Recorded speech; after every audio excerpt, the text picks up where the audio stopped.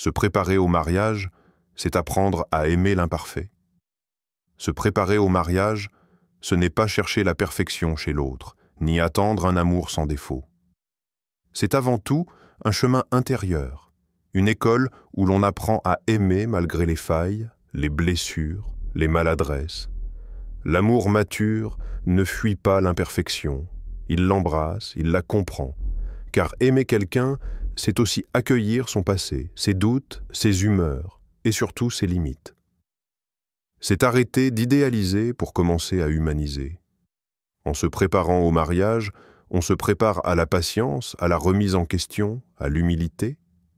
On se prépare à traverser les zones d'ombre de l'autre sans éteindre sa propre lumière. Ce n'est pas facile, mais c'est authentique.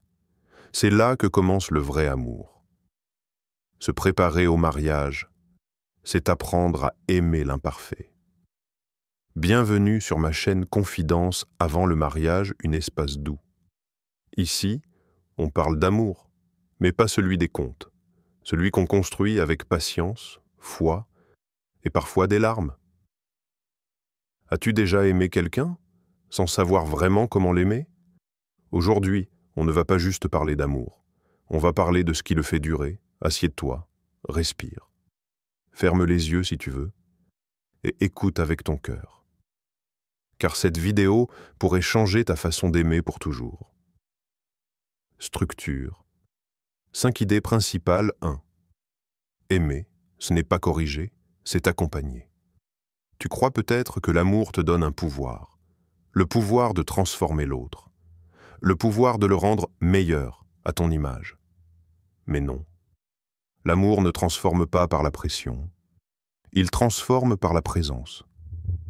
Gary Chapman, l'auteur des 5 langages de l'amour, disait « Nous ne pouvons pas changer les autres. Nous ne pouvons que les aimer, et l'amour peut les changer. » C'est profond, parce que dans ce monde où l'on veut tout contrôler, tout optimiser, on oublie que l'autre est une âme, pas un projet de rénovation, un dialogue intérieur. Imagine-toi dans le calme d'une fin de journée. Tu penses à l'être que tu vas peut-être épouser, et une petite voix en toi te dit « Je veux qu'il soit plus attentionné, plus spirituel, plus organisé. » Et si, au lieu de cela, tu murmurais à ton cœur « Je veux être à ses côtés pendant qu'il apprend tout cela. » Tu vois la nuance? Dans le premier cas, tu attends, tu contrôles. Dans le second, tu soutiens, tu accompagnes. Aimer, ce n'est pas fixer une version idéale de l'autre dans ta tête. C'est choisir de l'aimer là où il en est, pas où tu voudrais qu'il soit. Le piège de l'illusion. Tu ne veux pas épouser une image, tu veux épouser un être réel, avec ses contradictions, ses lenteurs, ses moments de faiblesse. Mais voilà, l'amour romantique nous a menti. Il nous a fait croire que si l'autre nous aimait vraiment, il changerait pour nous. Martin Luther King Jr. l'a très bien dit. Aimer, c'est accepter quelqu'un tel qu'il est, sans jamais cesser de croire en ce qu'il peut devenir. Tu vois? Ce n'est pas l'un ou l'autre, ce n'est pas aimer ou espérer mieux, c'est aimer pendant que l'autre devient. L'effet miroir. Souvent, ce que tu veux changer chez l'autre, c'est ce que tu refuses encore en toi. Tu veux qu'il soit plus expressif? Peut-être as-tu du mal à exprimer ta propre vulnérabilité. Tu veux qu'elle soit plus douce? Peut-être que toi-même, tu luttes avec ta colère intérieure. Le couple est un miroir. Et parfois, aimer, c'est commencer par regarder en soi avant de vouloir redessiner l'autre. L'être à ton futur, épouse.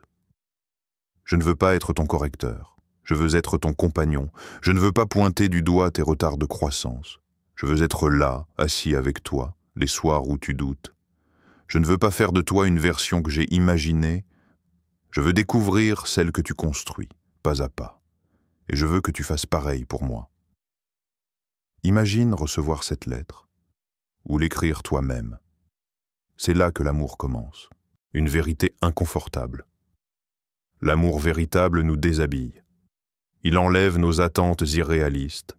Il défait nos scénarios idéalisés et il nous laisse avec une vérité nue. Tu ne peux pas aimer quelqu'un tout en le forçant à changer. Parce que dans cette tentative de le remodeler, tu risques de le briser. Tu risques de lui faire croire qu'il n'est pas assez. Et tu sais quoi? Peut-être qu'il essaiera de devenir ce que tu veux, mais il s'éteindra à petit feu, et tu perdras ce qu'il avait de plus précieux, son authenticité. Changer. Ensemble. Mais attention, aimer ne veut pas dire tolérer l'irrespect ou l'indifférence. Aimer, c'est aussi dire les choses. Mais sans blesser, sans vouloir dominer, avec douceur, avec patience. Ce n'est pas « tu dois changer pour que je t'aime », mais « je t'aime ». Et si tu veux évoluer, je serai là. Ce changement-là est le seul qui dure, parce qu'il ne naît pas de la peur, mais de l'amour reçu. 2. Les fissures révèlent la lumière. Il y a des êtres qui ne parlent pas fort, mais dont les silences crient, tu les croises peut-être tous les jours. Ils sourient poliment, mais leurs yeux racontent une autre histoire.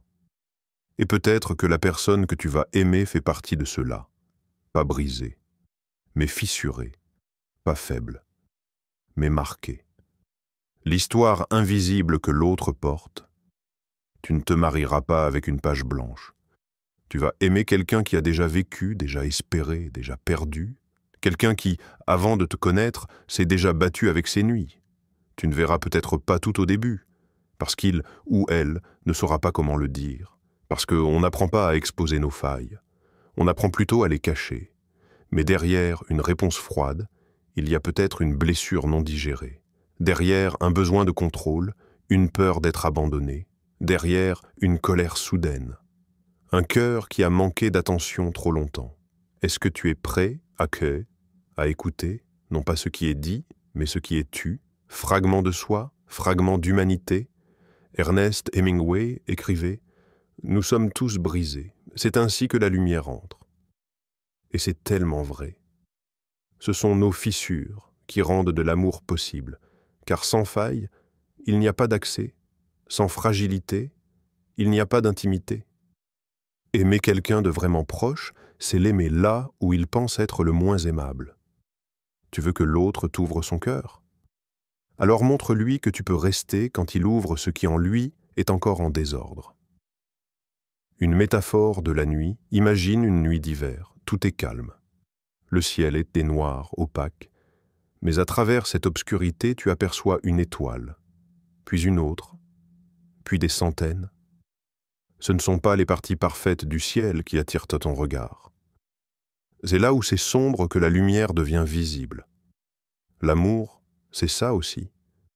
Ce n'est pas juste admirer la clarté de l'autre, c'est savoir contempler ces zones d'ombre et voir en elles un appel à aimer plus profondément, une invitation à la tendresse. Parfois, on pense qu'aimer, c'est faire de grandes choses, mais souvent, c'est beaucoup plus subtil. C'est préparer du thé quand l'autre est épuisé. C'est poser une main sur son dos sans un mot. C'est rester alors que tu ne comprends pas tout. Parce que les douleurs les plus anciennes ne cherchent pas des solutions. Elles cherchent une présence, une douceur, une patience. Et si tu savais comme cela peut guérir? Thich Nhat Hanh disait « Lorsque tu aimes quelqu'un, la chose la plus précieuse que tu peux lui offrir, c'est ta présence. Ce que tu ne verras pas immédiatement, tu ne verras pas forcément les cicatrices au premier regard. Elles se cachent bien. Derrière un humour un peu sec, derrière une indépendance affichée, derrière des « ça va » qui sonnent creux. Mais plus tu t'approches, plus tu verras que ces fissures ne sont pas des faiblesses. Ce sont des preuves que cette personne s'est relevée, encore, et qu'elle mérite un amour, pas qui répare, mais qui respecte, qui accueille, qui tient la main doucement, une vérité douce et brutale. Tu ne tomberas pas amoureux d'un être sans douleur, et toi-même, tu n'arriveras pas sans bagage. Alors, ne cherche pas la perfection. Cherche la vérité. Cherche l'authenticité. Et rappelle-toi, l'amour ne commence pas là où tout est fluide. Il commence là où l'autre hésite et où tu choisis, malgré tout, de rester. 3e. Tu ne rencontreras jamais une version finale, arrête de chercher la version finale d'un être humain, elle n'existe pas. Et surtout, elle ne t'aimera jamais comme quelqu'un qui se cherche encore. Ce que tu attends, cette personne qui ne doute plus, qui ne pleure plus, qui maîtrise parfaitement ses émotions, ses projets, sa foi, ses mots, c'est une fiction. Tu ne te marieras pas avec un livre déjà terminé. Mais avec une histoire encore en train de s'écrire, tu tombes amoureux d'un chantier. Oui, c'est dur à entendre. Mais l'autre, comme toi, est un être en construction. Il ne sait pas encore tout gérer, il n'a pas encore compris tous ses schémas. Il ne sait pas toujours comment dire ce qu'il ressent. Et parfois, il ne se comprend même pas lui-même. Tu n'épouses pas un résultat, tu t'engages dans un processus, et toi aussi tu es en chantier, avec tes propres angles morts, tes propres réactions incontrôlées, tes propres blessures que tu crois gérer, mais qui te feront trembler un jour ou l'autre. Une idée fausse sur « être prêt », on nous a tellement répété « attends d'être prêt », « attends d'être guéri », « attends d'être stable ». Et bien sûr, il y a une sagesse dans cette attente, mais il y a aussi une illusion, parce que, en vérité, tu n'arriveras jamais au mariage totalement prêt. Pas dans le sens où tu ne feras plus d'erreurs, pas dans le sens où tu auras tout compris à toi, à l'autre, à l'amour. Le mariage, c'est justement l'espace où tu vas apprendre ce que la solitude ne t'a pas encore révélé, ce que les livres ne peuvent pas t'enseigner. C'est là que ton cœur va mûrir, là que ta patience va se développer, là que tes résistances vont fondre, non pas sous la pression, mais sous la proximité. Ce que personne ne te dit, personne ne t'avouera ça. Tu peux aimer profondément quelqu'un, et parfois ne pas savoir comment être avec lui. Tu peux avoir de belles intentions, et pourtant blesser l'autre. Tu peux être deux êtres sincères, et vous retrouver face à vos propres ombres. Mais ce n'est pas un échec. C'est la nature même de l'amour réel. Celui qui ne s'emballe pas juste au début, mais qui continue, malgré les nœuds, malgré les silences, malgré les doutes. Grandir ensemble, pas se perfectionner mutuellement. L'amour sain n'a pas pour but de te finir. Il t'aide à t'élargir, à devenir plus toi, à te débarrasser des masques, à sortir des réflexes de défense, à aimer avec moins de peur, plus de présence. Mais pour cela, il faut être deux cœurs qui acceptent que l'autre ne soit pas toujours disponible, pas toujours cohérent, pas toujours à la hauteur. Et pourtant, on reste, pas par dépendance, mais par engagement, par reconnaissance de ce que l'autre est, ici et maintenant, et de ce qu'il deviendra peut-être, avec toi, à ses côtés. Une conversation imaginaire, tu n'es pas encore totalement toi. Et je ne suis pas encore totalement moi. Mais je choisis de t'aimer aujourd'hui, pas pour ce que tu deviendras, mais parce que ce que tu es déjà me touche. Et j'ai envie de découvrir, pas à pas, la personne que tu es encore en train de devenir. Voilà ce que devrait être une déclaration d'amour mature. Pas une attente, une présence, une invitation à la patience. Chaque être a son rythme, son moment de maturité, sa manière de guérir. Et le plus beau cadeau que tu puisses offrir à l'autre, ce n'est pas ta perfection, c'est ton espace, ta capacité à l'aimer sans précipiter son évolution, à être là, même quand il ne sait pas avancer droit, à marcher à côté, même quand il trébuche. 4. Aimer, c'est parfois être blessé sans se venger. Il y aura des jours où tu sentiras ton cœur se refermer. Pas parce qu'il y a eu trahison, mais parce qu'il y a eu maladresse, des mots lancés trop vite, un silence mal placé, un regard qui t'a manqué au moment où tu en avais le plus besoin. Et tu te diras peut-être, il aurait dû savoir, elle aurait dû comprendre. Je lui aurais jamais fait ça. Pourquoi c'est toujours moi qui me sens de trop? Tu sentiras une boule dans la gorge, une petite colère là qui monte doucement, mais c'est surtout une tristesse déguisée. Tu ne tomberas pas sur quelqu'un qui t'épargnera toujours, tu seras aimé, oui, mais pas toujours compris. Tu seras regardé avec tendresse, mais pas toujours au bon moment. Et parfois, cette personne que tu aimes plantera, sans le vouloir, une écharde dans ton cœur. Ce ne sera pas méchant, juste humain, parce qu'on se blesse, même quand on s'aime, surtout quand on s'aime, parce qu'on est proche, parce qu'on ose se montrer vulnérable, et plus tu t'ouvres, plus tu t'exposes. Tu auras envie de rendre le coup? Oui. De fermer ton cœur comme un réflexe, de répliquer avec froideur, de faire comme si, alors que tout hurle à l'intérieur. Tu penseras peut-être, je vais lui montrer ce que ça fait. Je vais devenir distant, je vais devenir indifférent. Bah, mais tu sais quoi?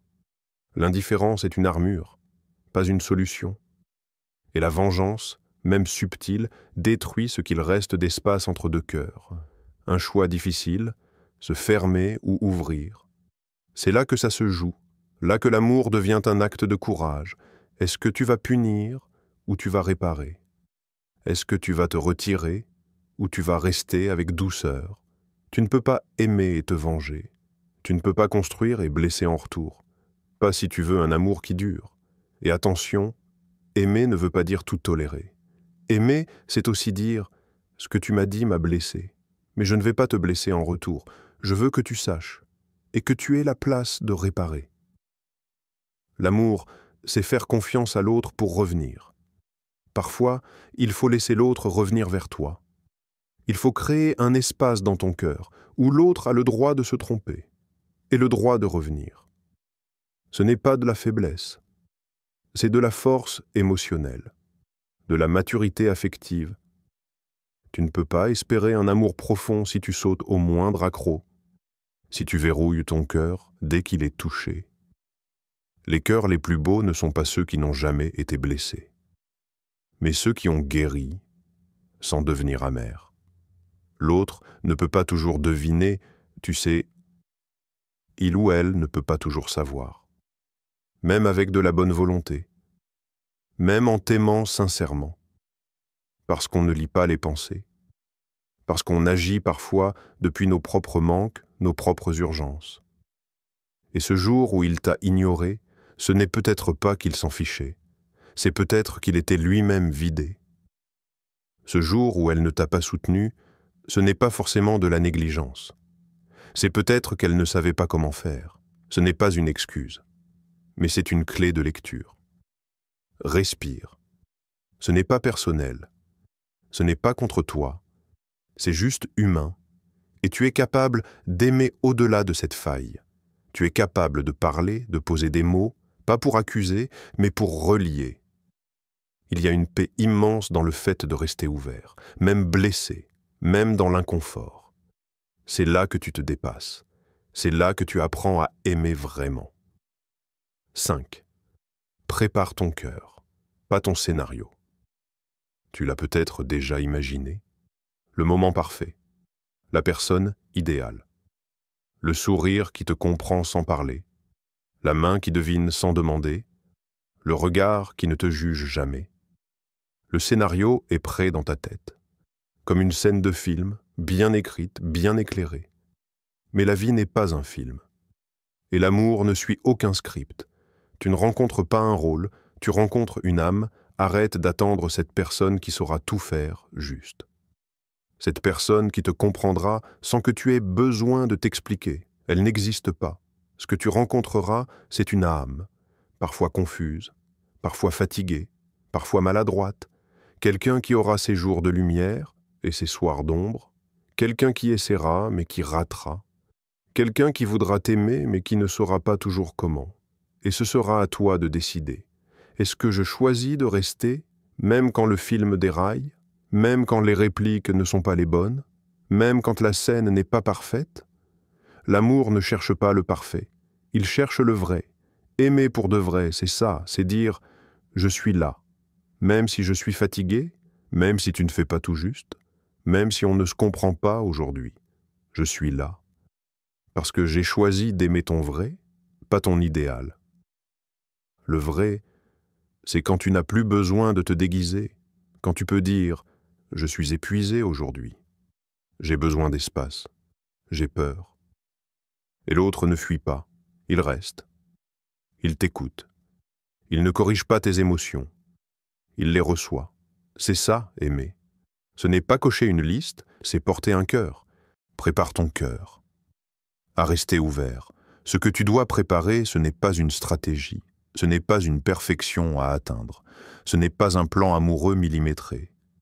Prépare ton cœur à être doux dans le chaos, à respirer dans les disputes, à rester curieux dans les silences, à aimer même quand c'est flou. Prépare ton cœur à dire « Je ne comprends pas tout ce que tu vis, mais je suis là, je ne te possède pas, mais je choisis d'être à tes côtés. » Aimer dans les jours gris, il y aura des matins où rien ne sera fluide, des regards absents, des tensions sans explication, des mots qu'on regrette aussitôt prononcés, et c'est là, justement là, que ton cœur sera mis à l'épreuve. Pas dans les moments faciles, mais dans les creux, dans les jours gris, et tu comprendras. Aimer quelqu'un, ce n'est pas traverser que des beaux jours ensemble. C'est tenir la main même sous la pluie, c'est tendre l'oreille même dans le bruit. C'est aimer même quand ce n'est pas agréable. Aimer, ce n'est pas baisser tes standards, c'est élever ta vision. Non, ce n'est pas accepter n'importe quoi. Ce n'est pas dire oui à l'irrespect, à l'indifférence ou à la négligence. Ce n'est pas abandonner tes valeurs ou te trahir, mais c'est comprendre que l'amour n'est pas une ligne droite, qu'il y a des courbes, des tremblements, des pauses, et qu'à travers tout cela, le cœur peut apprendre à aimer avec plus de grâce, pas moins d'exigence, mais plus de compassion, pas moins d'attente, mais plus de compréhension. Ce que tu peux offrir. Offre-toi à quelqu'un non pas comme une solution, mais comme une présence, pas comme un modèle, mais comme un refuge. Et attends de l'autre non pas qu'il remplisse tes vides, mais qu'il soit là pendant que tu les explores. C'est ça, se préparer au mariage. Ce n'est pas chercher le décor idéal, c'est devenir le lieu intérieur où l'amour peut tenir.